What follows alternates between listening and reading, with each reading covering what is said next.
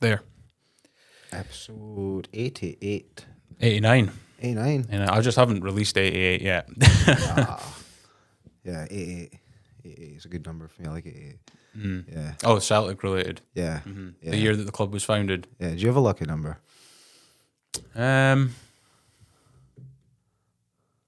13 for some reason. Yeah. Things happen on like the 13th day a lot of the time, like significant events and stuff like that. But because I've never really thought about it, I've always been someone that's like a bit.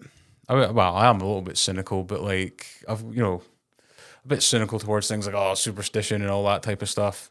But as like I've kind of been exposed to more different ways of thinking, I am starting to kind of come to a bit more of a balance of where I don't like believe a lot of like the internet guru stuff of like, garlic cures flu and all that kind of shit that you get sent in email newsletters and that. But like I do believe that stuff like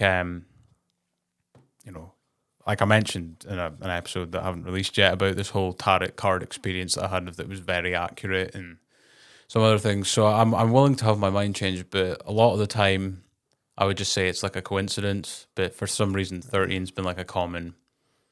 That's strange. Like I avoid the number 13. Like, and it always goes back to Football Manager. But like when I'm picking my squad numbers, I don't pick a 13. I don't know why. And so is there like anything negative that's no happened? No, so it's just a superstition that you have. There's no evidence to even support it. I have absolutely no basis on that. Like, and it's the same as like obviously like 7's my lucky number. I was born on the 7th. And we talked about in the Dominic episode, I grew up with Henrik Larsson, who was number 7. So that is my, and then 9's my other one because I was born in the 9th month. My youngest son's born in the 9th. But yeah, 13, I don't know why I avoid that. And that's, I've never really questioned that. I maybe should, because there's no basis. There's no like rational kind of reason behind it. No, I don't know. That's strange. It's crazy because like as people have seen from the previous episode and what have you, the studio is a bit more acoustically set. 2.0. Yeah, like it's weird because as a result we are talking a bit quieter, I think. Maybe it's just because there's not as much echo. But I think it's just because there's not as much acoustic going on. Yeah. It feels like they're speaking quiet. It feels like we're speaking more professionally. Yeah. Which, for the northeast corner, sounds really fucked up. Yeah, I know. God, have we went vain? But, yeah. Let's dress in suits next time. Yeah, I know. Well, do you know what? It wouldn't be an episode with me and you if we didn't have to deal with a table of some sort, right? So we've just made up another one. I'm highly impressed with this one, though. This one, it was pretty simple to do as well. So as was the one that we just did, admittedly. Rest in peace. God, I'd love to know how many episodes that table done, because that's the final iteration done about 1. Yeah, I know. After it took me like 3 months to build it. I do apologise. We appreciate your help, but this is a thing that, right, we're going to have to get used to this, right, because this happened, and I suppose when the blinds go on it won't be as bad, but me and Jamie were doing an episode, and the first time using this, people went by and we instantly looked, because usually it's been like a door that's been totally blacked out where there's like windows and stuff like that, so that, like, I'm just hoping that the blinds will be on. We need the blinds on before we get a guest, because if someone's like saying something about what they do and we're just both like, the fuck's going on out there, that's not good. But anyway, I think also like we need to, from doing a bit of podcast listening recently, I think on the Northeast Corner, even though we do a video format, you'd be surprised at people that probably just still listen to the us. audio. Yeah, totally. So I think sometimes we need to do more of a visual representation, like describe what we're So describe the podcast room right now, Ryan. Okay, so beforehand, we'll give you a before and after version of this. It was literally just an empty room, right? Yeah. Pretty much. There was like some shit laying about. When we first started, there was like, we were on the opposite side of the room, right? Like, because we had the couch and we had the 2 separate seats and whatnot. And the table, which was a bar, it's been many things. It's shapeshifted into a hell of a lot of different tools with a load of rubbish behind it, really. Yeah. So it kind of looked a bit more... Everyone would come and like, oh, this looks really nice. And I'm like, yeah, but not if you look back there. Whereas now for the last year and a bit, I suppose, we've been up the top end where all the shite, quote unquote was. And there's usually been like an entranceway to my house in the background of just plain white walls, and we had a makeshift table. The bar was then a table, and then the table became another table, and we even had your dining table in here for a little bit. Like, God, this is I swear to God, I've said this so many times, but this is literally the last version of anything to do with tables. I'm sick of it. Unless we would go massive upgrade, we hit Rogan levels. Yeah, get like the $5,000 table. Yeah, I feel like if I got to that point, though, it would probably be like time to actually move the studio to like a actual premises, right? Yeah. Not like this isn't an actual premises, but you know what I mean, like an actual somewhere with office. less seagulls. Office, but yeah, hey, that's been pretty good this year. But that's a story for another day. So yeah, the walls are now, and the roof as well is covered in foam panels. We have a space next to us which will be filled with the actual studio's logo. Behind like a wooden background, which is part of the old table because we like to keep things aesthetic and sentimental here. And we have curtains behind us on either side to make it symmetrical. So that is the audio description for people that are listening on Apple and Amazon and Pocket Cat, all the other ones that I don't really know where we're getting. This might be a reason why we've got like listeners in Bangladesh and that. Do you know what I mean? Because we're not just on the mainstream ones. Like Anchor keeps sending me stuff about Radio Public, and I'm like, I've never heard about that in my life. So God knows like where that's broadcast to and that. But I suppose that's the beauty of podcasting in a way a little bit, right? It's just kind of just get yourself out there. Yeah, you'll get audiences, and you wonder like, can they understand us? You know, can you understand us right now? If you can, there's a little thing at the bottom of Spotify. Like, what do you think of the episode and that? Yeah. You know, if there's people listening from out there, let us know where you're listening from, because I am majorly interested in that. Like, and how did you come across us? Because, like, it just blows my. Sorry for lounging. It blows my fucking mind when you think there's somebody in Cambodia listening to me. Yeah. Mm-hmm. And it's like, what? Why? Even they have a problem with Douglas Ross. Yeah, everyone's got a problem. Yeah. We're avoiding politics for now, though. We've decided. Have you heard the guy on MFR doing his Douglas Ross impression? It's fucking hilarious, man. Jesus. I like, if I wasn't driving home at the time, it's always on. Is this a guy from Murray? Yeah. We're gonna have he's from Inverness, I think. He's a radio DJ. Oh, right. So he's not just like a member of the public. It's the guy, Gary Spence, and the other guy, and one of them does a Douglas Ross impression. It's pretty spot on. Could we reach out and get him to come on as Douglas Ross? And then that thumbnail that I made of you versus Douglas Ross, and it's not clickbait anymore. Yeah, we'll get you like walking into Atomic Kitten theme tune, and yeah. They've cancelled it, McMurray. Have they? They're not doing it anymore. What? Yeah. I thought it was such a big success. No, the festival is Atomic Kitten have cancelled. Oh, right. Yeah. Okay. I was No.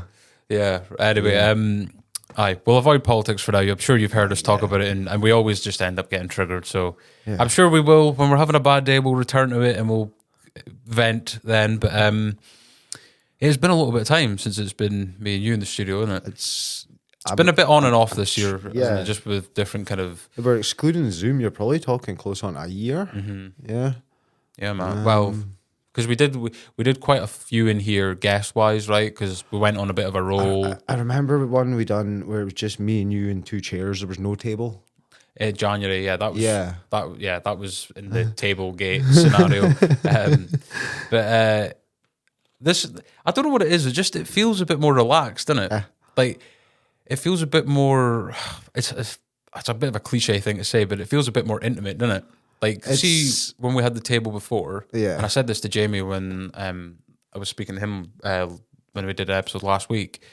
I was like, this table here, like, I noticed a difference of speaking. I mean, we're not too much closer, but like the other one, it felt like you were on the other side of the Atlantic Ocean, didn't it? So and like, I don't know. I've not met Jamie personally, but I can imagine it's a lot easier for him in here. 100%. Yeah, there was not much space on either side. Yeah, and there was no leg room. Yeah, because that first table had like the bar across it, and like it was a good table, but after 15 minutes, your legs were just like numb, or I was like stretching through playing footsie with you, or you know, I was like stretched out this way, but no, this is good. This is the studio from, I'm going to say about episode, like the early musician episodes to now is a different world. Yeah. Yeah. It is a different level.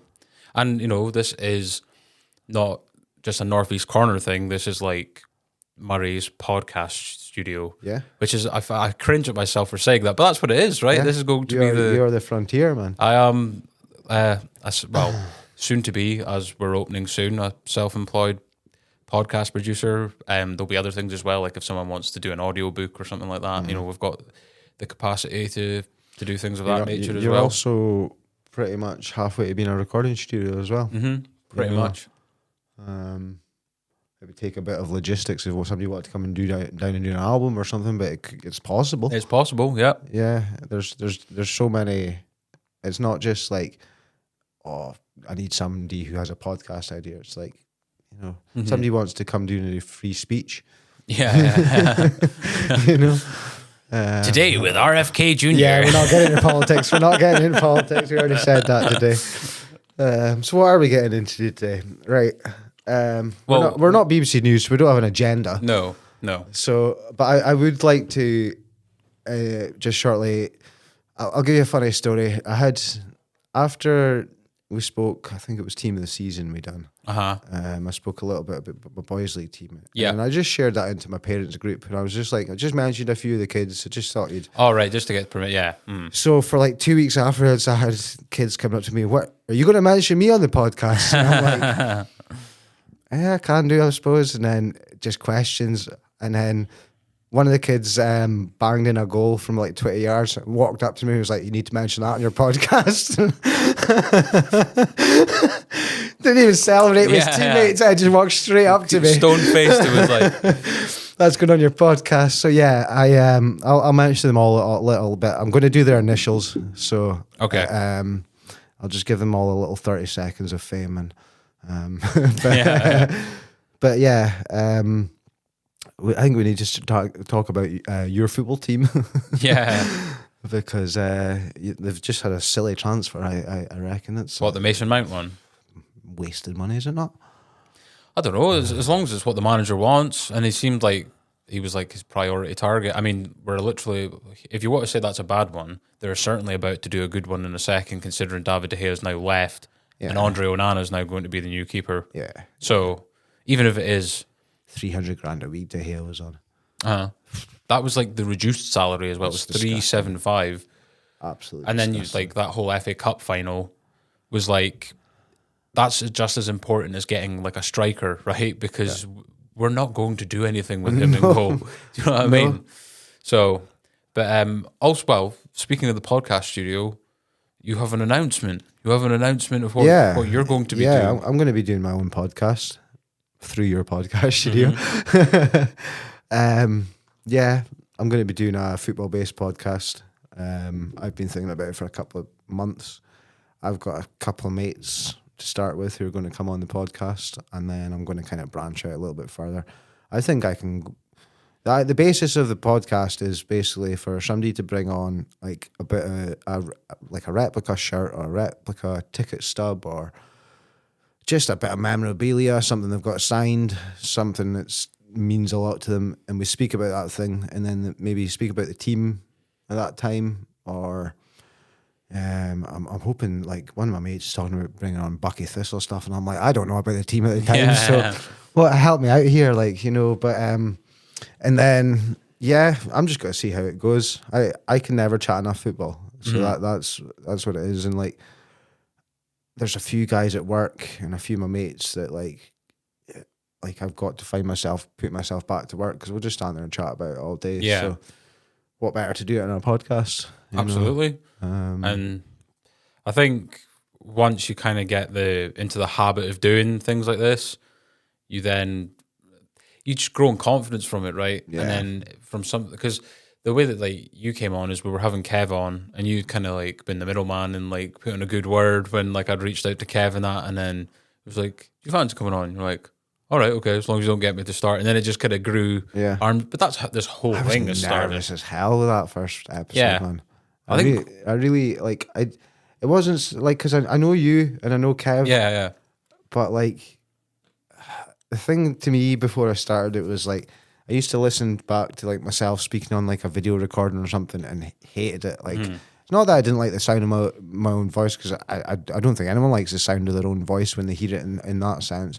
It's just like it's out there to the open world, you know. So like you've got. I'm not saying that I'd be wary, because I still speak the truth and I still kind of speak from my own opinions. I don't form opinions based on what I think others should want me to think. It's but I've still got to be careful of what I say on here.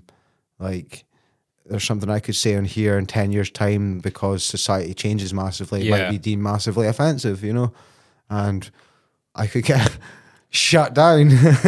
I could get Rogan to like Skepta starts playing. Yeah. Boom, boom, boom, boom. But yeah, no, I think this is the format of the future, for certainly the near future anyway. And it's just such a versatile medium or media. Sorry, Everyone's doing it. Yeah, like, and there's so many ways to consume it. Right, people can listen to it through the car radio, people on the phone, on the TV. It's everywhere, right? And it's just a very versatile. I mean, it could be a specific topic. It could just be like you and your friends have good banter. It could, whatever it may be, to promote a business, or so many ways you can go with it, right? And the only reason that like this. And it's weird how life comes at you so fast, because the only reason that this started is because me and Paul were talking about it, and then during the pandemic, because there was nothing going on, it was like, well, now might be a good time to do it. And I was like, if I'm going to do it, I want to do it somewhat properly. And then that's just kind of fed into It's worked though, you know. It's like you've not.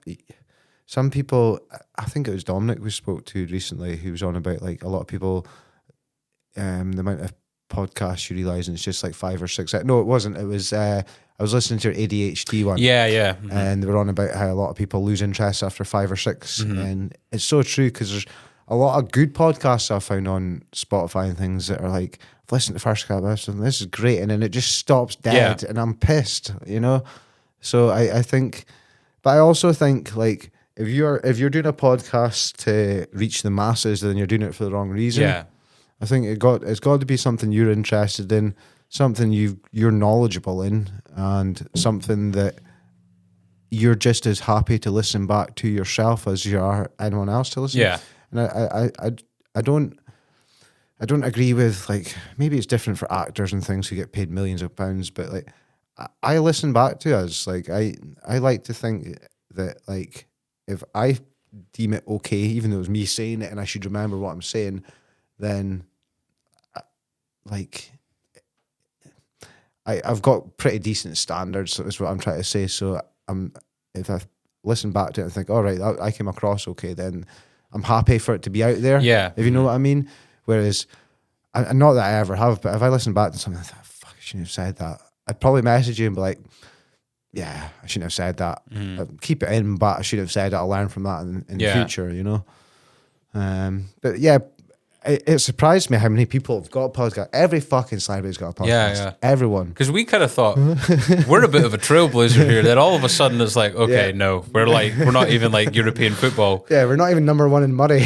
But that kind of fed into my thought of going into something like this, because there is nothing like this in the entirety of the north of Scotland. No. There's nothing. There's literally, like, there's music studios, there's things like that, but in terms of specifically, I mean, obviously we'll be versatile and do different things as we go along, but there is nothing like this. There's no service like this, Aberdeen and Inverness included in that. I think the nearest one, like, they have a few of them down in Edinburgh and Glasgow, like big industrial cities. But like you said, it's not just specific to those areas that these things are happening now, as we've seen ourselves and had people on that do this type of, hate the word, but content. Call it media. Media, yeah. But you mentioned Laura and Dawn, who I spoke to a few weeks back. That was really good. I really enjoyed that. I think their first episode got 1 million downloads. Crazy. 1 million downloads. They're just in Aberdeen, you know what I mean? Like, and they've just done like a whole fucking live tour in front of like sometimes hundreds of people. Do you know what I mean? So it's wild how things can just come at you. It does, yeah. It's crazy, man. But it's crazy the amount of podcasts that do tours as well. Because like Under the Cosh done a tour, Quick Like Heaven done a tour. It's like when they're big enough. When's the tour coming? oh god, that would be the one that would end this whole thing. Not just because we'd say anything bad, but think about.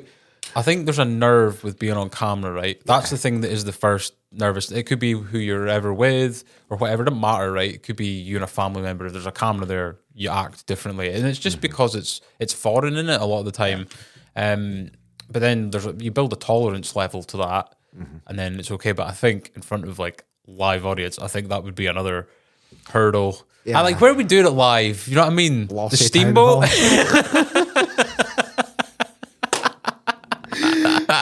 Just getting bottles thrown at us halfway through it. I can't. This place has got probably more room than the Steamboat. You know what I mean? Shout out to the Steamboat though. I don't ever. Quality pub, like quality pub.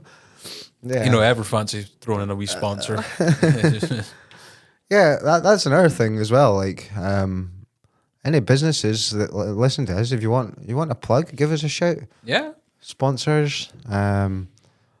We've always talked about wanting to get on a fight poster of Aiden's. The surreal moment when you see that would be the northeast corner. If I go on a UFC Fight Pass and see anything that has been remotely linked to us on the UFC brand, I don't know what I would do. I'd probably just life would be complete, wouldn't it? Yeah. Because I've just lived my dreams through someone else. Yeah, I'm a part of that. Yeah. I'm like one of those guys in the pubs who's like, I was an old drinking buddy of his. I've seen some things. Yeah, but so how have you been anyway? Because we've not actually had a catch up. Yeah, I know. Well, it was my birthday last week. So went out for over the hill in your 20s now.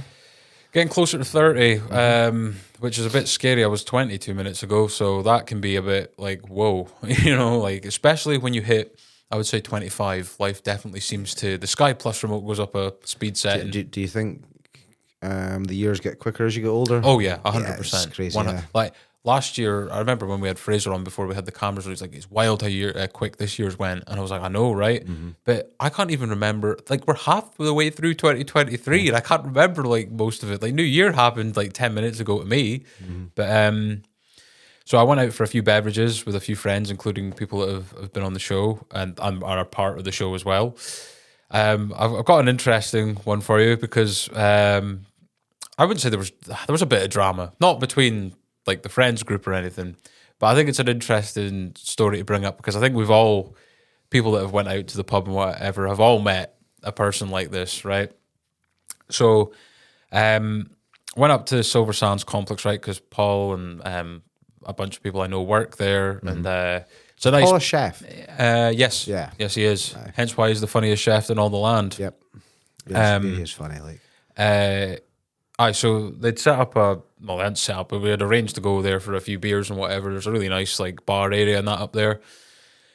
So went up and, you know, you know what, they were going to put a birthday banner for me. I'm someone that doesn't like making much about my birthday. Like, it really is just another day to me a lot of the time. Like, it's a bit sentimental, like shit, like that's another year past, and then you kind of think about what have I done and whatever that year.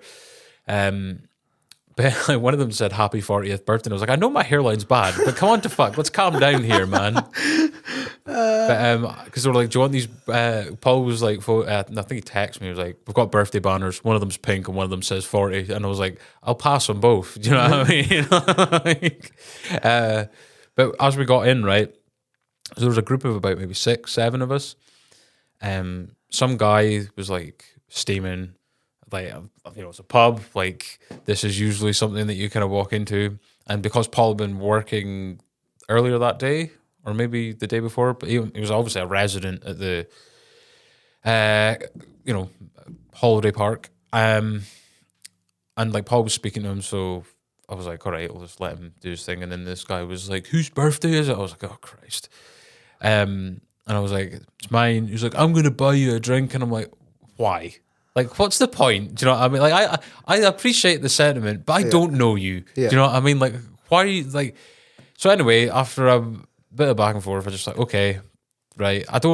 I'm someone that likes a beer. I don't really like alcohol. Like, I've been through the whole vodka and gin and fucking sour, any kind of nightclub kind of ish drinks, I would call them. And I don't like them, right? But I've been through that stage of where you just go out and get wrecked and whatever. It's part of, in a good or a bad way, part of Western society, I would guess, say.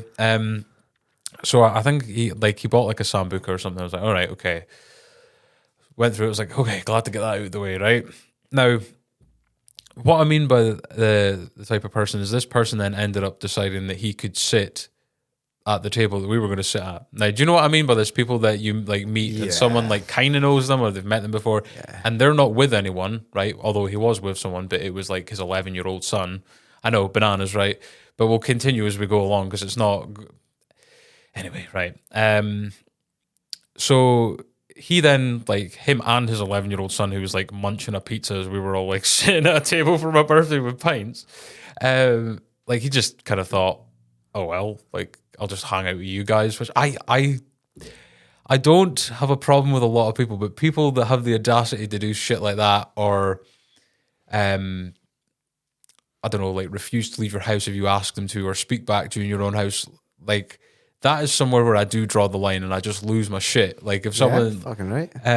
So I didn't personally lose my shit at that point because I'm trying to enjoy my birthday. I was just like, whatever. It was a big table, so it wasn't exactly close or whatever. But as I was going up for another beer, he was there as well. So he got to speaking to me and that, and he was telling me a bit about himself. And at this point, he was actually being okay. So I was like, yeah, whatever. But then he was like saying stuff like... I've been asking the whole day whose birthday it is because they've been like hinting at it, and I was like, how does like half of this place know it's my birthday? Like I'm literally just wanting to come out with a few friends for a few beers. Like, why is this mainstream news? And he was like, we can't tell you, but all we can tell you is that he's 27. I was like, I'll find an invite, and I was kind of thinking, well, you didn't really find an invite, you just kind of invited yourself, sir. Anyway, so like he was like, oh, I'm just out with my son. I was like, well, obviously. And my missus is back at the, don't know if it was in a pod or caravan or whatever they were staying in. So this dude's like in his late 30s, right? I think he said he was 37 or something.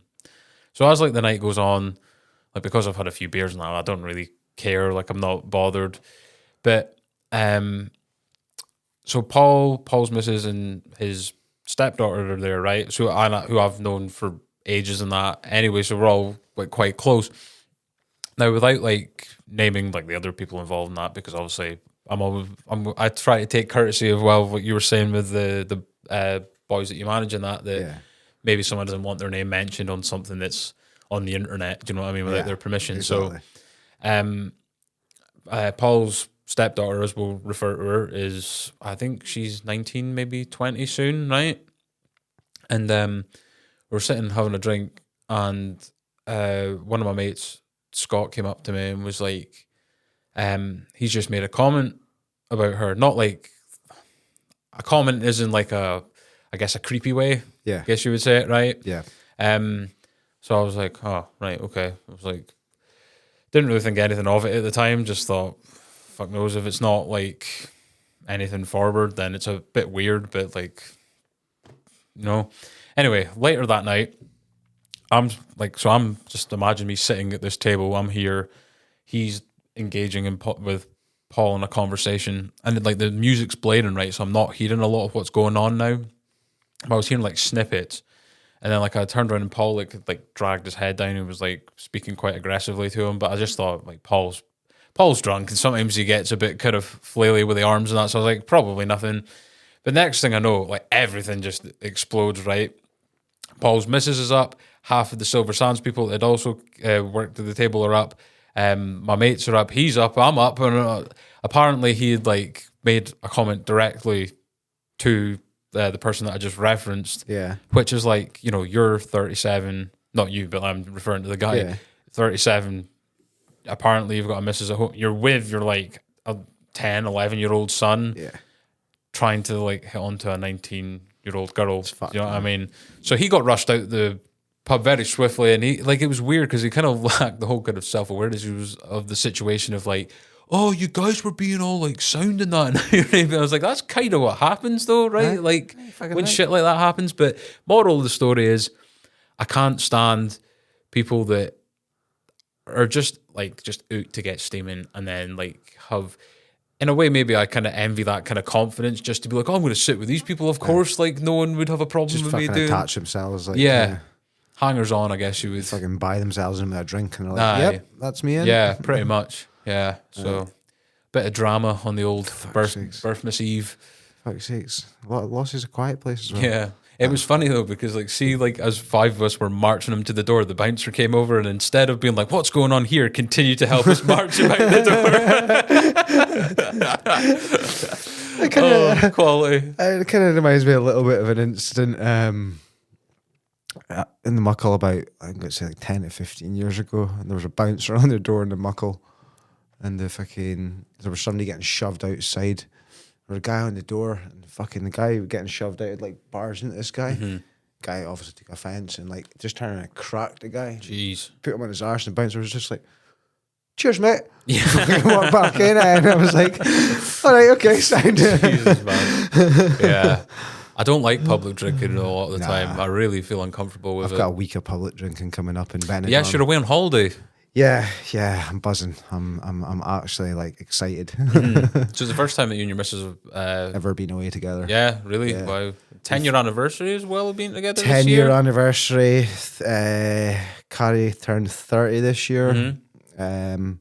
It'll be our 5-year engagement anniversary while we're out there. Awesome. So just like a whole heap of stuff coming, and we're kind of gutted as well because my best mate's getting married that week we're away. Oh shit, yeah. But I guess it just like you'd been booked it in advance and stuff. We booked it at Christmas time, and we knew he was I don't know if we knew he was getting married at that point, but we didn't know the exact dates. He's getting married at Belladrum, and I could have went, but it would have been so. Yeah, because you usually go every year, don't you? Yeah. I haven't been for the last few just because we've had Aaron and things like that. I've just been concentrating on different things in life. But he's getting married this year, and I would have done anything to go, but just I'm going on holiday. Yeah. So I'm not going to be here.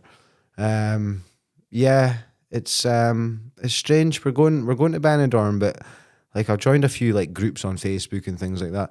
It's the most British place in the world. Yeah, of course, yeah. Because it's like next to Spain or that, is it? It's in Spain. It's in Spain, yeah.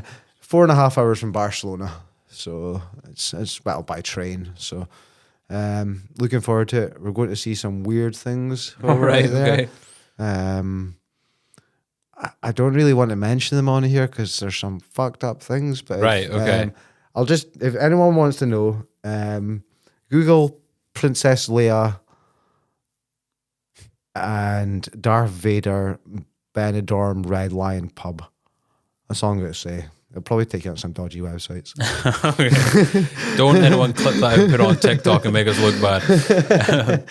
But and also, if anyone is familiar with who Sticky Vicky is. Oh God! So it is kind of like whole red light district kind of shit. Yeah, it's one of them places. Fair. But we're staying in the old town, which is like it's a wee bit away from this stuff. But we're going to kind of do the best of both worlds because we're both over 30. So I still want to go and have a night out and go night clubbing and stuff like that. But I also want to go and have a day looking at like interesting stuff. Yeah. And so it's a bit of both. Like, and Carrie's the same as me. She's not like massive party animal, but also does like to do a bit of drinking as well. Yeah. So yeah, a moderate, as you would exactly, put it, man, exactly. But being away for Aaron for a week, man, it's going to be his first time we've done more than 2 days away from him. Your mum taking him for a bit? Carrie's mum and my mum are splitting it. Like, so yeah, it's going to be interesting. But we're just trying not to. He thinks we're away to work for a week. Yeah. So probably like, what? You're going to Spain and I'm not getting to go? Yeah, he thinks we're away to work. We're not allowed to mention any planes or anything like that. It's just easier. It's just easier. But the dad's just got to get on this plane to work. Yeah. So he needs to car valid in Spain. And if anyone shows you pictures of me in a sombrero in a nice hot country, it's just work, son. But yeah, I'm away in 3 weeks. 3 weeks today I'll be there. 2 weeks today I'm on holiday. And I've not had holiday since the start of April. I've also had since April I've had a full boys league season to get out of the way. I've had so much on in that time, summertime. I'm just needing a break. And obviously I had quite a stressful year last year and things like that. So just to not think about home life and this, it sounds stupid, but like the fucking smell of Elgin, you know, where dreams come to die. Yeah, Elgin doesn't have a smell, but like to just wake up and be like, this is different. Yeah. You know, just for a week is A going to bit be of respite, a bit of change of scenery and stuff like that. Like, Yep. obviously, like when we say respite and that from being a parent, that is obviously you love your son and that. It's not like, oh, I can't be doing with this anymore. It's just more like, you know, parents deserve a break. Sometimes it's obviously a hard task bringing up a child. Obviously, I wouldn't know, but anyone that's got a 3-year-old would kill to be in my position right now. And everyone says to me, "Oh, you going on holiday?" I'm like, "Yeah," and like, "Oh, is the Baron looking forward to his holiday?" I'm like, "No, it's just 2 months." And they're like, "How the fuck you have monster! how have you managed that? How have you got away with that one?" I'm like, "Yeah." But no, looking forward to it. Looking forward to it. I've been stuck in this little grey area for the last couple of weeks since my boys' league finished and my holiday starts. I've just been kind of bored. I've been working out, obviously, to kind of get myself looking better for my holiday. More material. Yeah, I've been doing a little bit of working out and things like that. But yeah, I find myself quite bored just now. I suppose we're creatures of routine, aren't we? So if we're busy a lot, we kind of crave that when it changes. You know, something then, you know, vacates something that we're doing, right? Yeah. And it's the same as like you want to do different things in the summer or the winter. Like, of course, yeah. I quite like the idea of staying in and watching a film in the winter, but summer I'm like sitting there at 7, 8 o'clock at night. It's quite light outside as it is just now. And I'm like, I should be doing something. You know, I should be out in the garden doing something, and then by the time I actually get up to go and do something, it's like 9, 10 o'clock and it's starting to get dark. Yeah. So at least I'm not in the pub. Yeah, true. Here where there's a lot of people that just are. But have you ever been to like a mate's wedding before and that? Like someone that you're like really close with? I wouldn't say really close. I would say I've only been to one of my mates' weddings, and it was like one of my best mates from school. Aye, so it's someone you knew from. That's weird. Yeah, It's a weird feeling in it. A little bit strange. Yeah, a little bit strange. Because I was a groomsman last month for someone that I've known since like nursery. Yeah, and that was like, whoa, like we're adults at this moment. It's well, he is. Well, I'm still a hooligan, but. I'll mention his name here because he won't mind at all. Barry, he was one of my good mates in school, and he was like the first one out of all of us to get married. But when you look back at school, he would have been the last one you thought was getting married. Like there's no way he's getting married. He's got kid Lenny now and things like that, and he's doing smashing. Like he does a lot of like hill walking and things. Like if you looked at him 10 years ago, he was just a party animal. He's I think I seen a meme recently, and it's like, why did Jakey's just decide to bin a drink one day and just start hiking? Yeah. It's so weird, isn't it? Because it goes from like one extreme, and next thing you know, you're getting all these spirituality quotes thrown at you on social media. It's like, what happened to you? But it's strange, right? Like, and you know what's mad, right? So I went for this kilt fitting like the day after that I finished like college. It was like a few months ago, right? And because of like I'd been working out, not because of like I wanted to look better for the wedding or anything. I just started picking it up again. You know what I mean? I'd lost like a stone from like the kilt fitting to the actual day. Jesus. So like it was quite funny actually because we were met up at the like groom party at his parents' house, and when one of his cousins who I'm also friends with walked in, and were like, "That looks too big for you, Ryan and Scott. That looks like too small for you. Go upstairs and change kilts." I'm like, it took me 3 hours to put this bastard thing on. I'm not going up to no one's bathroom to fucking, you know what I mean? So I just dealt with it, but I got so drunk at that. And you know what? I'm not really a big drinker, and I maintain thoroughly that the reason that I got so drunk, because I snapped my key in the door when I got home later, and I'd like basically locked myself out my fucking house in this fucking kilt in the dead of night. Thank you for my younger brother for letting me in eventually. But it was. Have you ever heard of the fresh air sniper? Yes. Like you're outside and like the fresh air's like too much, and it just makes, because we're outside like the whole fucking day, because it was like an outside ceremony and shit like that. Because I did start drinking at 9 o'clock in the morning. That probably didn't help looking back on it, but it wasn't like I was like going for it constantly. Like I had 2 beers before I left and 4 CBD gummies to handle the anxiety. So that, who knows, that maybe played a role. These are, it's a balanced approach, get rid of the anxiety, have a good time. And then the fresh air, bottle just of vodka, smoke a crack before I go. Fuck it, that'll do me. Definitely not. But we were drinking whiskey and that. It's obviously Scottish tradition and stuff like that. That kind of stuff goes down. But I maintained, because I was going outside for like a vape or maybe a cigarette. I maybe done a bad that day and went back to smoking for a little bit. As you do. But because I was outside so often, like by like 8 or 9 o'clock, and I didn't get home until like 12, so I had like 3 hours of just drinking water and like kind of being zombified, because I was like, I can't walk at this point. I remember the next day, I hate drinking, because the next day you remember clips of yourself of something that you're doing. Like with me, it's not anything mental, but like I was just like, oh, that's so embarrassing, man. And I just have this vague memory. I think I was talking, because you meet random people, don't you? Like having a fag or a vape or whatever. And then we were talking about UFC or something, right? And I think this was quite close to after Adesanya just absolutely murked Alex Pereira, or it might have been before. I can't remember. It was one of the two. The fight was looming or had just happened. And we were talking about the one that they had in November, where like Izzy was winning and then Pereira like rallied at the end in that. Yeah. And we were debating the stoppage in that. And I just remember, how like Adesanya's down doing that? It was me next to a pillar, like trying to demonstrate. He's like this. He's like this. And I'm like, oh, what a fucking weapon I am, man, honestly. I hope that was a combat sports athlete you were trying to do that to. No. But it was me in a fucking kilt, mate. You know what I mean? Oh, God. I need that sober life, man. Stop myself looking like a weapon all the time. Yeah, I went out for a few in Foggies a couple of weeks ago. Just a couple of workmates invited us. Adam was away at my mum's for the night, and I just didn't want to be stuck in the house. It was a nice night and things like that. And see, a beer garden's got such a temptation on a fucking summer's night or a summer's day, isn't it? It's like you don't even have to be a drinker. No, you can. You can walk past a beer garden. You're like, that seems like a good crack. Yeah, it seems like a nice, relaxed environment. Yeah. Yeah, any nice beer gardens, like proper nice ones you can think of, because like Foggies is all right. Is there not one in Forest? The Mosset's got a really nice beer garden. Yeah. Big ups to Melissa. Melissa, yeah. Still going strong with her podcast. Is it 6 episodes now or something like that? Yeah. Get us on, Melissa.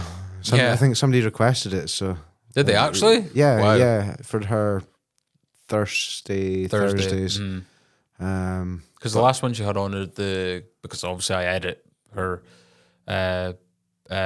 podcast. I think it was the people that help her do Shift and 6. That's the Claire most recent Hester one. And things like that. Yeah. No, I've been listening to her podcast as well. What we're talking about, beer gardens. Yeah. So I think the Mossert Tavern potentially has one. Yeah, decent beer garden through there. But as I say, I'm trying to get away from drinking. Yeah. I listened to Duncan Ferguson on a podcast the other day, and I like Duncan Ferguson, even though he's a big Rangers guy. I just did he ever play for Rangers? Yeah, he did. Yeah. I don't think he had a long stint there or anything though, did he? No, he was Dundee United, Rangers, then he went to Everton, obviously Newcastle as well for a little bit, and then back to Everton. Most headed goals in Premier League history. Is that right? Yeah. Jeez. He was a big dude when he was about 6'4". 6'3", I think 6'2", 6'3". He's also like one of the highest red cards ever. Yeah. Can kind of gather that from him. And he actually told a story about how he went to jail, how he headbutted a player on the pitch, and the referee didn't really yellow card him for it. Nobody, 60,000 people watching it had no issue with it. SFA had no issue with it. But a judge somewhere knew he was on a warrant for an assault. Oh, right. Asked the police to investigate it, and that's how he ended up in jail. Wow. Because I do know he was in jail, because like Wayne Rooney was talking about used to write him in jail, not because he was a mad Everton fan. 2 guys broke into his house and he knocked fuck out of both of them in Liverpool. Jeez. And he tells a story, it's on Tony Bellew's podcast, he tells a story about how he basically woke up, because Tony Bellew's podcast is about anger. It's like asking people when was the angriest they've ever been. And I think it's quite a good question to ask. So I was trying to think myself, and I think it's a thing that people struggle to manage as well, right? Because I think a lot of people just like, oh, you shouldn't be angry, and it's like, well, no, because it is an actual emotion, and you are going There's to courses around it, man. but it's just the amount of devastating consequences that have resulted from anger. And Tony Bellew's a big thing about he believes anger is a good thing.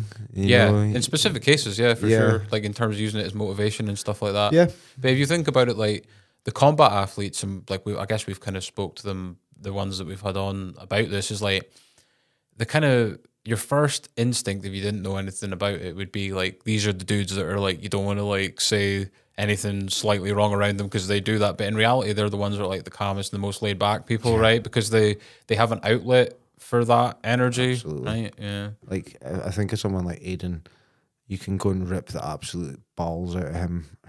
He's just going to piss himself laughing. He doesn't give a fuck. Like, there's not much people that are in that aggressive mode in that sport.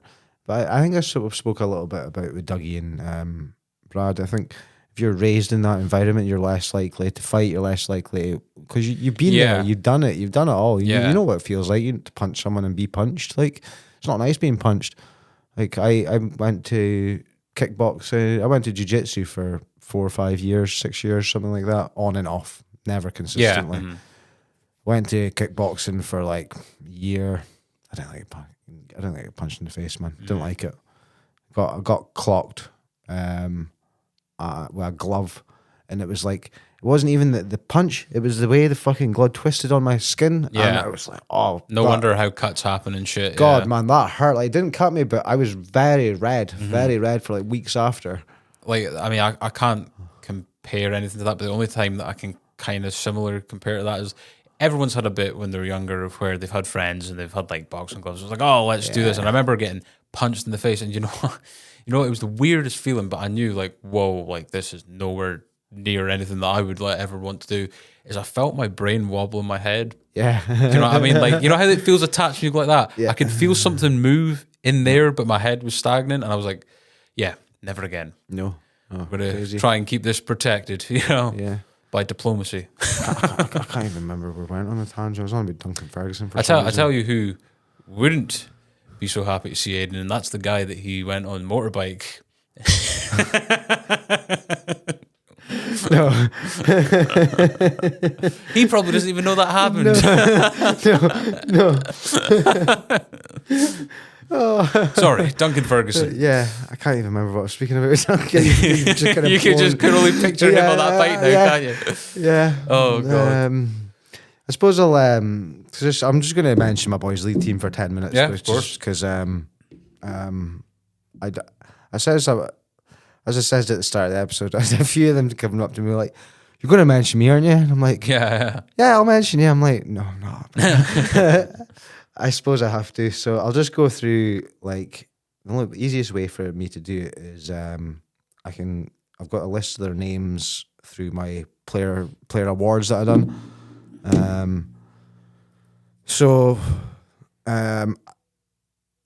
I know they're all going to be listening to this, so I'll just thank them all. I thank them all for at the end of the last game. We got beat our last game. We were 2-0 up. I went into the second half. I was like, boys, just enjoy last 4-3. We got beat. You went with the Roberto Martinez approach. Yeah, boys, 25 minutes left. Make it count, and yeah, just threw it away. But yeah, who cares about that anyway? So the ones I mentioned the last time on my podcast was my striker. He'll know who I'm speaking about. I don't need to know. Is this the person that you described as? How old are they? Like 13? He's like no, he's. I think he's 10 or 11. Okay, I don't like to say. He's definitely not 9. The range between 9 and 11. I think he's 10. Okay, so you said he's the 10-year-old version of Haaland. Is this your reference in here? Okay, yeah. And I don't know what record he was on about, but he spoke to me at the end of the last game, and he's like, "I beat Haaland's record this season." I'm like, "All right, okay." So I don't know if that means 50 odd or 30 odd or what, but kid's unbelievable. Just great player. Quick, Gareth Bale players left, right, and centre. Pretty sure he was a top scorer in the league this season. I can't confirm that, but unbelievable player. He's at a club. I think he's at Elgin, which is good news for us. Like, see, with like the Elgin Boys League, do they have like? Because I know back in the day they used to have stuff like this, but would they have like scouts from Aberdeen and Ross County and that there? I've made that very apparent to all my boys that you need to be on top form every game, because what happens, and I hear it time after time after time, is professional football players, and they ask, how did you get spotted? And they're like, oh, well, they're actually down watching this kid, and I was playing that day and I played all right. And they're like, right, we'll just take on this kid as well. And that's how boys get spotted all the time. They're never normally down to look at you. They're normally down to look at someone else, or they're down to watch the game. Yeah. But they're going to watch the game as a collective anyway, aren't they? Yeah. So And if you're showing, you're going to stand out, even if you're not the thing that they're meant to be focusing on, right? Exactly, man. I couldn't say how many boys have made it to Elgin, Aberdeen, or Cali through the Boys League, but I'd say you're going to talk at least double digits. Players like Chris Clark and that used to play for Aberdeen made it to Boys League. But yeah, 30, 40, 50 odd goals this season. I don't know. I lost count. They were all like absolute bangers as well. There was, but I also says I'm going to mention something else. If they're all going to listen to me, I'll mention something they all need to work on as well. Okay. Because I think that's constructive criticism. Yeah, I'm their coach. That's what I'm here for. Yeah, that's what you're meant to do. Behind the screen. Yeah. I think the only thing this guy can work on is his work in the box. Outside the box, around it, unreal. But in the box, a bit more heading, a bit more simple finishing and things like that. Yeah. Next player, my captain. I'm not my best all-round player on my team. There's no doubt in that. He can do everything. Like I had my best striker. He's just my best all-round player. Physically strong player. Really, really good technically. Can head a ball as well. Like scary. Can head a ball. Like see sometimes when you'll know yourself. You go loss of games, not see when you hear a boy header a ball and you actually hear that header. There's an impact behind it, right? Yeah. And I think when you actually go to watch live football, the kind of programs and the arguments that's made for the link between heading the ball and potential stuff like developmental and Alzheimer's and stuff like that that's happened to certain footballers of previous generations hits home a lot more when you're actually hearing, because on the TV, you don't really hear that much, do you? Like you hear. It's drowned out by the crowd, whereas a crowd in the commentary and things like that. Whereas like obviously at live football, especially local grassroots level football, it's very I don't want to say eerie, but like you can hear most of what's going on, even if it's at the other side of the pitch and whatever, Yeah, I can head a ball and can bang a free kick. That's all I'm going to say on him. So I had another coach there with me, Bruce. And we decided to take an award each. So we had a Bruce's Player of the Year and Lee's Player of the Year. So Bruce's Player of the Year was a wee guy, smallest player on my team, but the most technical player on my team. The Xavi. Yeah, that is how I describe him. He's a Xavi player, and Xavi. That sounds wrong. Tomato. Yeah. Can pick a ball for 40 feet in the air and just take it down at his feet, and is exceptionally strong for his size. Really strong for his size. Needs to maybe work a bit more on his physical side of the game, but he's only going to get better because he's going to get bigger. There's no doubt about it. My Player of the Year was a kid who's only started playing football recently, well, in the last couple of years, or really came on with football in the last couple of years. Fantastic kid. First, normally at my training sessions all the time. My goalie got injured at the start of the year. This kid stepped in the whole season. Fantastic. But he's a defender. I only got to see that last 4 or 5 games of the season, and I'm gutted because if we'd had my keeper and him in defence the whole season, we were winning that. Like there's no. We finished third, 5 points off the pace, I think. So that's not too bad. Yeah, it came close, man. J.E., my goal of the season winner. Is this the goal that was requested to be mentioned on here? Yes, yes.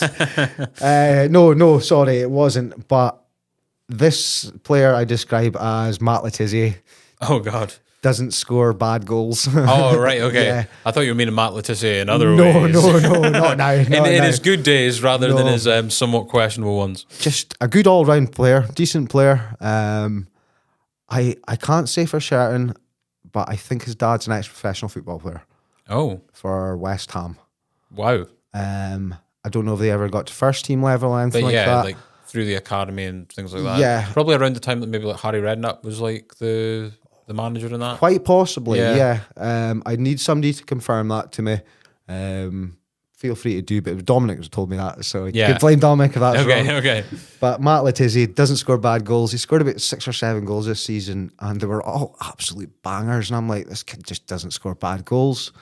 My young player of the year, RS. Another really small kid, defender, determined little kid. First year in boys league. I was telling him mark players that were twice his size, and he was just looking at them and he was like, all right, just. Do you know who I think is like in the professional game that I think is going to inspire a lot of that? Because we're from a generation of where if you're under 6 foot, you're like, oh, can you play at the back? I think Lissandro Martinez is going to be like a real trailblazer to show people. They've got 2 in there though. They've got Malacia as well. Yeah, yeah. Who's what, 5'6", Yeah, 5'7" but as well. have bite about them, right? They're not scared of anything. No, though. nothing Yeah. at all. So- Varane not the biggest. No, it's 6'1", 6'2", maybe. Yeah, compared to some of the monsters you were getting Yeah. in the 90s. Yeah. You know, Sol Campbell, what, 6'4", 6'5". So yeah, he was at my young player of the year, cracking wee player. Hope I see him back next year. My 9th man award, so that was LS. He was he kind of, I don't know, he played as striker. He disappeared for the first 5 or 6 games. He just couldn't get him firing. And then last 5 games, I says to him, I mind taking him aside at the start of one of the games. I was like, do you know what a pressing forward is? And he's like, nah. And I was like, right, let's show you a couple of videos what a pressing forward is. And I got my top goal scorer over, speak to him at the same time. I was like, this is what I need you. I need you running at defenders. Think he didn't score for the first 10 games. As soon as I had that conversation with him, he had 5 or 6 goals and 5 or 6 assists in the next 3 or 4 games. That's awesome, man. So like he just Look at you dropping tactical yeah, knowledge. it wasn't even that, man. He done it all himself. He just started running at defenders. I says nobody gets time in the boys. It's like Scottish football. Yeah. Nobody's got time on the ball. Says see somebody with the ball at feet, just start running at them, man. Mm-hmm. Yeah, picked up. My defensive player of the year, BP, the big lad at the back. I feel bad. He was the kid that was the hardest on the whole season. He really was. He's the kid that probably one of the kids that can go the furthest through a lot of them, and that's the only reason I was hard on him. But he's talented, like he's good. He's got a cracking shot on him, but he's like keeps going to me. Oh, I'll play midfield. I want to play. You're a cracking defender. You know, I can see it. You maybe want to score some goals, but I can see you're a good defender, so I'm going to play you there. You know, That's just probably a consequence of being young as well, right? Because defenders and I guess number 6s and goalkeepers never get the credit when you're younger because you're always like whoever wins the Ballon d'Or every year is the best striker, winger, whatever, you know. the defenders, Van Dijk's the exception for the last since Cannavaro as well, yeah. So it's in the last 20 years there's been 2. Did Van Dijk win the Ballon d'Or? Sorry. No, he got Like second or third. something like that, Yeah. It's been like messy. The only one that's broke it is Modric. It should have been Lewandowski though in bloody 2021. Absolutely robbed. J.A., youngest player on my team, was my other coach's nephew. Just a great kid, really good kid. Plays with a smile on his face. Reminds me of Ronaldinho. He actually plays with a smile on his face. All other kids are so like, I need to get a ball. He's just got a bit of a smile on his face. Yeah, he's giving a bit of the samba. And yeah, all. I love it. You know, he's great. Great trainer as well. He'll pick up things. I say to him, right, I need you to go and do this. I don't need to tell him a second time. He just pick it up. Like my most improved HS, big lad at the back. Got him halfway through the season. Wish I'd have since the start of the season because he was just unbelievable. Got better as the games went on. He's got an absolute howler of a mistake in him, but he's also got an absolute worldy moment in him. It's strange. He's one of these. He's a bit bomb scare in that sense. Like he passed it back to the goalie in one of our games, and a player just him and the goalie are like meter you away. Yeah. And strikers ran in between them and nicked the ball. Nicked the ball and scored. But there's also my last game. He's he's 1-on-1 with an attacker. He's trying to take it past. I'm just like, clear the ball. And he's absolutely just turned the defender, turned the attacker. And I'm like, don't listen to me. So, good lad. I've only got 2 more, I think. I don't want to miss anyone out. DW. Oh, right, okay. I thought you were about to say D's nuts. DW. My only left footer in the team. Difficult when you're only left footer in the team. It's a unique trait, but there's always a common kind of, I don't know if it's a myth or if it's actually, but people say that people that play certain sports, that like tennis, for example, left-handers are more difficult, southpaws in combat sports. Like, especially in certain areas of the world with football, like Dutch coaches especially, they want, if you play on the left side, you must play with your left foot, rather than... So I'm trying to teach Aaron to play just now, and I'm teaching him both-footed. It's like I teach you both-footed. You get used to it at an early age. But, the only left-footed in my team... Hang on a second. I'm recording. Hello. No. No. You're in the middle of... I'm going to have to cut this out. Yeah, I'll give you a message. Well, we're going to be like 10 minutes more. Yeah. Sorry, before we were rudely interrupted there. I was just saying, the left foot, it's really hard in football. All the kids were putting on his right foot for him to finish, and he kept fluffing the man, and I'm like going at him at halftime, like, you put it on his left foot. I says, can you imagine me putting on your left foot? I says, if you're right footed, let me lay up and try and finish your left foot. It just doesn't work. It's the same for him. You put it on his right foot, he doesn't finish. Yeah. And my goalie, I'll finish off my goalie, RD. Best keeper in the boys' league at that age. What kind of style will go? Traditional or new style? No, like strange. Because are these things being translated down to this level of in this stage of football? I should rather say, like the sweeping, playing out from the back. Yeah. That's good to see, though, I think. But he didn't need to play out from the back. He's got the best kick I've ever seen for a kid that age. He can launch a ball, and I mean launch a ball. That was my tactic the whole season. If our defenders got it, play it back to keeper, launch it. Yeah. Midfielders, strikers, get ready for that ball coming down. I'm pressing forward, take it down, hold it up, let your wingers run round him. Won a few games that way. But he injured himself quite early on in the season. He played outfield, got a few goals for us and things. He's a big lad, like tall for his age and things like that. But the strangest style of goalkeeper I've ever seen in my life, but it worked. Saves things with his feet. So won't dive for balls. Well, we'll still dive for balls. Not very often. We'll dive for balls with his feet. Interesting. Yeah, but it works. Because I've seen that with like last ditch saves where like it's went past the hand and they maybe stretch the leg out. But you're saying it's intentional to actually... He can go for the dive. He's got time to make the dive, but he will put it out with his feet. And it's not like he's putting it in the danger area. It'll go out for a throw-in or something like that. So it's effective. It's not just for flash. No. Also pulled off the save of the season and injured himself in the process, like pretty much dislocated his shoulder.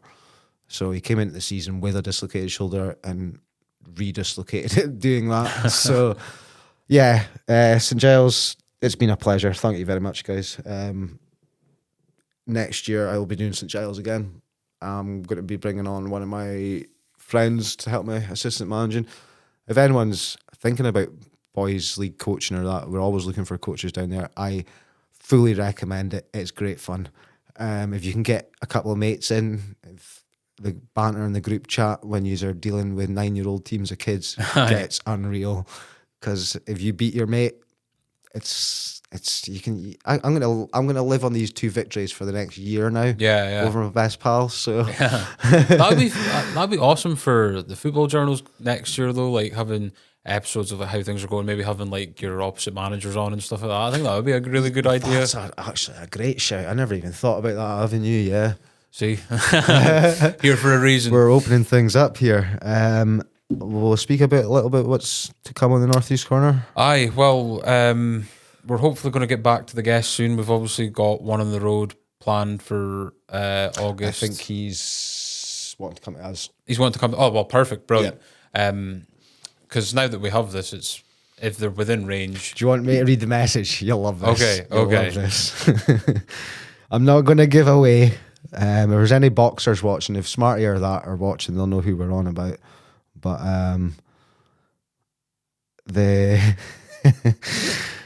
so it just says, I'll be in touch about closer at the time and things when we confirm the date. Aye.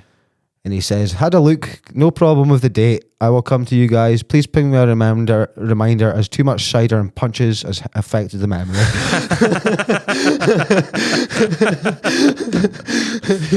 Oh, that's awesome, man. But we'll just say who it is. It's Ratch, the head coach at Elgin Boxing Club. Obviously, I guess his most notable moment, getting the BBC award a few years ago for Unsung Hero. Unsung Hero award. And that's because that was the first time that's the first time. Get him to bring it on if he can. That'd be awesome. But only if he wants to. But that was the first time that, because I knew about Elgin Boxing Club, but like obviously I hadn't done like due diligence into who runs it and that. But that story's awesome in terms of not just obviously the fighters it's produced with the likes of Fraser and Smarty like we've had on here, and I know some of the younger guys that were mentioned. Corey Rizza, is it that you trained with at SPG as well? Looking for sponsorship just now. Anyone, there's a damn talented kid looking for sponsorship just now. If anyone's interested, I'll probably get Rash to speak about him when he's on. I can't give you details. If you look for SPG, you'll see him on his sponsorship stuff's been shared on there recently. Awesome. Can I just give Shay Montague black belt a shout out? Yeah, he got it recently, right? Yeah, wow, man. Yeah, awesome. Multiple time world champion, black belt, second legit black belt from Murray. Yeah, that's crazy. And he's how old is he? He's in his 20s, right? Shay would be, I don't like to say, I think he's around about your age. Yeah.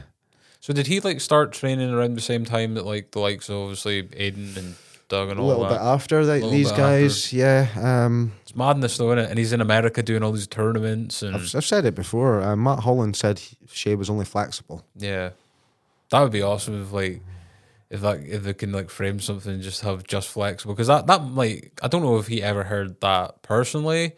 I don't know, but if he did, like that's the shit that like motivates you to prove people wrong and stuff like that. That's awesome, man.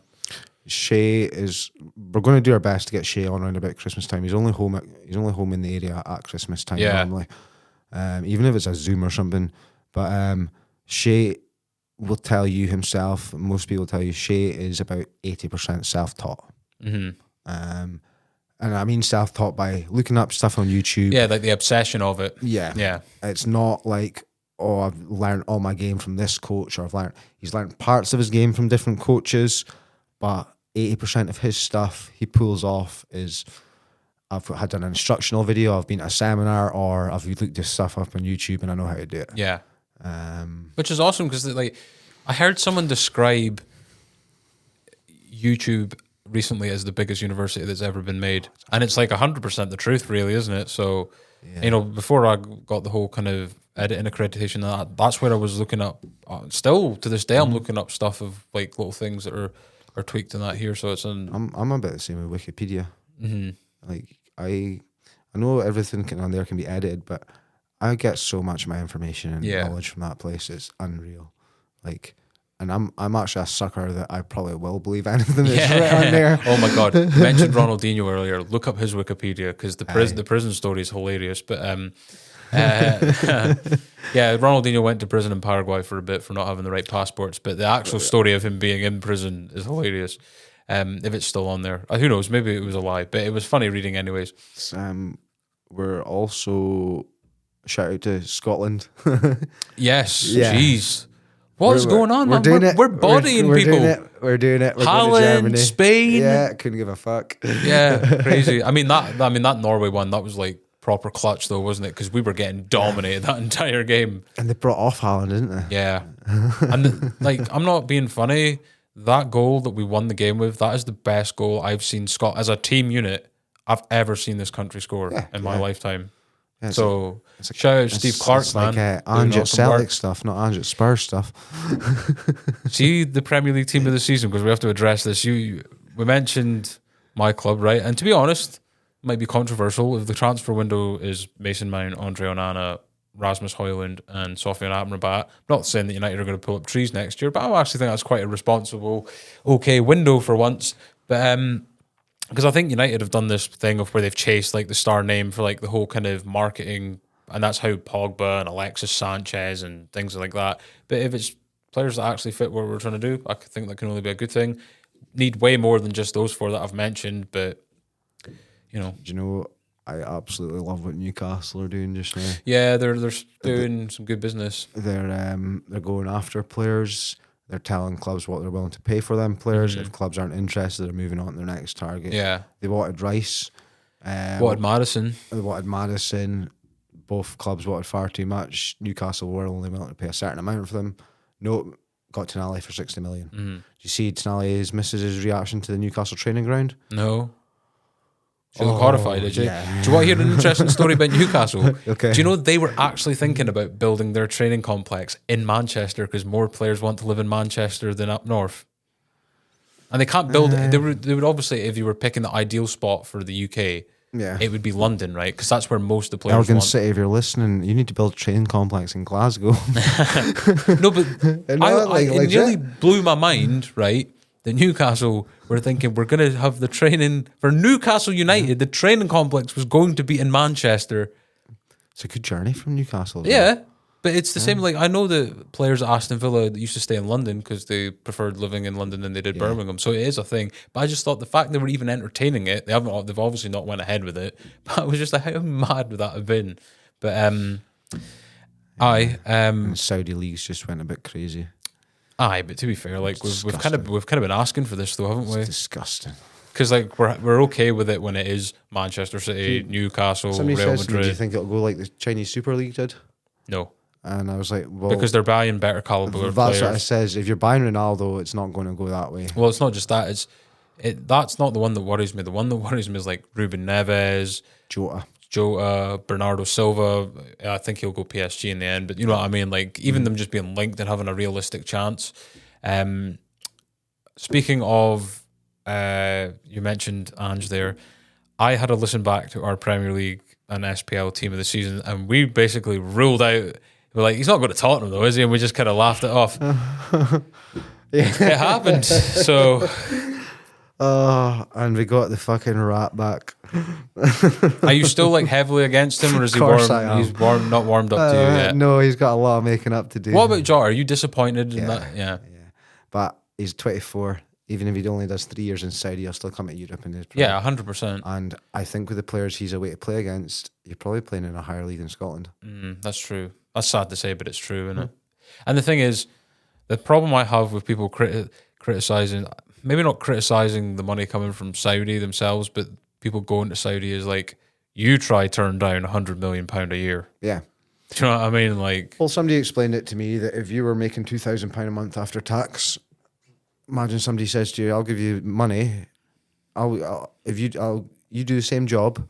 You can go and live somewhere a lot warmer and a lot nicer, and I'll pay you 25 grand a month." And that's the equivalent. 'Cause he's 12 and a half times his wage he's making. Yeah, and he's going to be playing like Kante and Benzema are in that side that he's signed for as well. Mendy as well. Mendy, yeah. Well, maybe not so much Mendy. He's been on the decline a little bit recently, but is that a record transfer fee that Celtic have received for a player? It is £29 million. 29 million. Yep. But it's not been put down as a record because 7.5 million went to Benfica. Oh, because of the sell-on fee. Yeah. But still. But we've got 30% of whatever the Saudis selling for. Oh, interesting. And Celtic have just be away to get 12 million from Arsenal. For Tierney? No, for Frimpong, who's away to sign from Bayer. Why are they... That can't be happening because they've just signed Yuri and Timber. Way to sign Frimpong for 40 million if Celtic have got 30%. So that's a strange one. The Arsenal business is strange to me, like, because they look like they're going to... But the thing Arsenal seem to do is they'll buy a player and not play them for 6 months and then Well, that's what City do as well. They kind of Like, just integrating into their team suddenly. yeah, because like, Well, unless you're Calvin Phillips. well, like. no, but that's the thing though. Like he did the same with John Stones. He binned him after he's like they're trying. What is it? Why does City have to go sign a centre back every year? Every year they sign one. They're about to sign Gvardiol, and it's like the last year it was. They signed one last year. I swear they signed one. Akanji, Akanji, and then Diaz the year before Diaz, and Laporte before Ake. And some of these just get banished, and then they come back and. Do you know what? I think it's Pep. If you look at all his teams, they're always built around a solid defence, aren't they? Well, he's using 4 centre backs at the back now, isn't he? Because Kyle Walker's basically played centre back for a lot. Kyle Walker's done, isn't he? Yeah, he's toasting these streets. But And I think, do you know what else? The Man City treble that most anyone that has any kind of feelings on how they've got their success or whatever happened, no one cared. Yeah. It was like nothing happened. Yeah. So I did enjoy Jack Grealish. Yeah, crazy. Jesus. Aye, but just before we wrap up, the UFC happened last night. Yep. Volk. Looks like he's going to fight Islam in the rematch in October. Yep. And then he's going to... Who's that I sent you the other day? Topuria. Hand sanitizer, as Paddy Pimlet would call him. Yep. He's getting smashed as well. Yeah. There's not really anyone. Islam's the one that's like, obviously, we don't know which way it's going to go. Islam. People say that Volk won the first fight, but people say Islam. You know, it was a competitive fight, I think right? There's such a for even Volk to get mentioned and win that fight, there's such a size difference between them. 100%. Yeah, it's like it's Islam stupid. Islam could fight at 170 and look like regular. You know what I mean? He wouldn't look outsized. Exactly.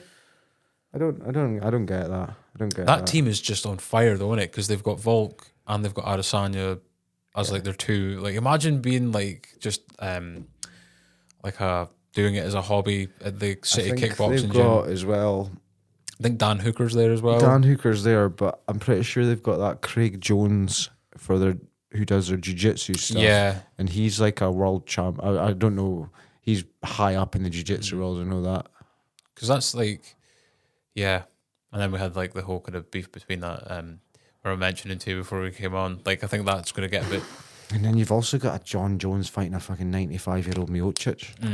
Do you know what though? Like, I just wish it had happened sooner, right? Because I think not arguably, Stipe is the undisputed heavyweight GOAT. I don't care if he got fucking blasted by Francis's last fight. He's beaten Francis before.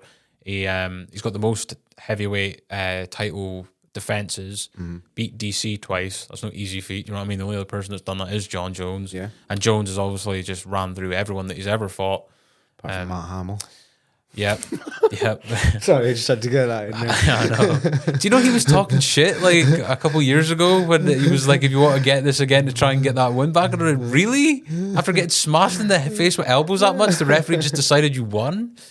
But it was actually a really good card. You see Robbie Lawler's knockout? I think that was awesome to see him go out like that because most of these retirement fights, like you think of Frankie Edgar getting kneed in the face. Chuck Liddell. So it was good to see someone actually go out with I was thinking Chuck getting flatlined by Rashad Evans, and I think, it's the end of Chuck. Like, and then he fought Tito like 4 years ago in the trilogy, and like 50 years old. Yeah, crazy man. But I always like it's on the New York card, the Jones Miocic one. I always like watching that. I think they're saying that Leon versus Colby might be on that card also, so it looks like they're trying to stack that one, with 2-3 title fights, which will be. I don't think that's a good fight for Leon. No, it's not, is it? But he's just, to be fair, he has just kind of came through a similar opponent. Yeah, but like Colby will wrestle more often, though, won't he? He'll, for lack of a better word, he'll wrestle fuck him. Yeah, like and it's and like Usman, he does do that, but because his knees are that fucked, like he. But also, Usman likes to swing. Usman likes to bang. Well, he knocked Masvidal out and kind of fancied himself as a bit of a striker, didn't he? And we've said it before. Like some of these wrestlers, just they get a feel for these hands and they're like, "Fuck, I like doing this." Yeah, I knew that Yair Rodriguez wasn't the man for it. Like there's too much spinning and ninja shit. And Volk, like people just seem to think that he's a striker, and it's like, dude's like really good at wrestling as well. Like he is all. If he can't get round your reach, he's not going to play that distance game with No. you. He's just going to be like, She's and that's gonna what he did smother you, basically. like, As yeah. soon as he hurt him, he just double legged him and then just punched him in the face until he got ripped off. Yeah, so. Crazy, man. Yeah, felt bad for Robert Whittaker as well. Thought he was going to be able to get that trilogy fight with a win over Duplessis. Yeah. But I was saying to you out there, it's so weird. Like Duplessis is losing all of these fights and then just wins. Like even against like Darren Till, it looked like Darren Till was going to get a win. I think he's got a little bit of the Paul Craig in him. It's like smoked for 2 or 3, and then you think, oh fuck, he's going to go out of the UFC, and then he just absolutely pulls out of nowhere. But it's wild because like not in my wildest dreams can I see him beating Adesanya, but I couldn't in my wildest dreams have seen him beating Whittaker. So God knows what's going to happen. You know what I mean? So Says the other night, I can see Paul Craig if he ever fought Pereira getting head kicked and then triangling him. yeah, well, who was it he did that to? Was it Krylov? One of the London ones? It was like the last 10 seconds. Yeah, like he was like hammer and you could see that like like his eyes are about to roll, and then like he just caught him. Yeah, but, like it's like the Iron Robin effect in terms of, you know, how you knew what he was going to do, but people couldn't stop him from still doing it. You know what I mean? So, but I was listening to one the other day. It was a podcast saying he was basically the first modern winger to start cutting inside. pretty much, yeah. And like all your wingers used to like take it out the back. Yeah, Damien Duff. Yeah. You know, Beckham, And Ryan Giggs. he was the only one because he was so 2-footed. Yeah. Could cut in, and it just evolved from there. And now you won't get anyone that will stay wide. Yeah, now it's inside forwards for life. Yeah. Now, really, yeah. Like, Or inverted wingers. Yeah. Oh, I don't like that. yeah, I think inside forward is more appropriate. But anyway, it's We're final countdown. We're doing a 10 countdown to 100 now. yes, indeed, we are. Me, you, and Jamie got to get together for that one that I suggested. Yeah. So we'll sort that out with something that we will get. We've already got like 3 or 4 planned for on the way to 100. 100 is going to be interesting. Yeah, definitely. I'm gonna try and like pace myself though. Like I do think it'd be funny if we get Paul and the Mad Dog, because the first unofficial episode was him getting steaming on Mad Dog. The fact we couldn't get any sentences out of him. So I think 100 we just get drunk and phone our guests up. we get Paul to phone Sky News again because he did that one New Year. Granted, we might have some legal problems because if we're recording them without their permission, but we'll maybe face that when we come to it. Right. Anyway, until episode 90. 90.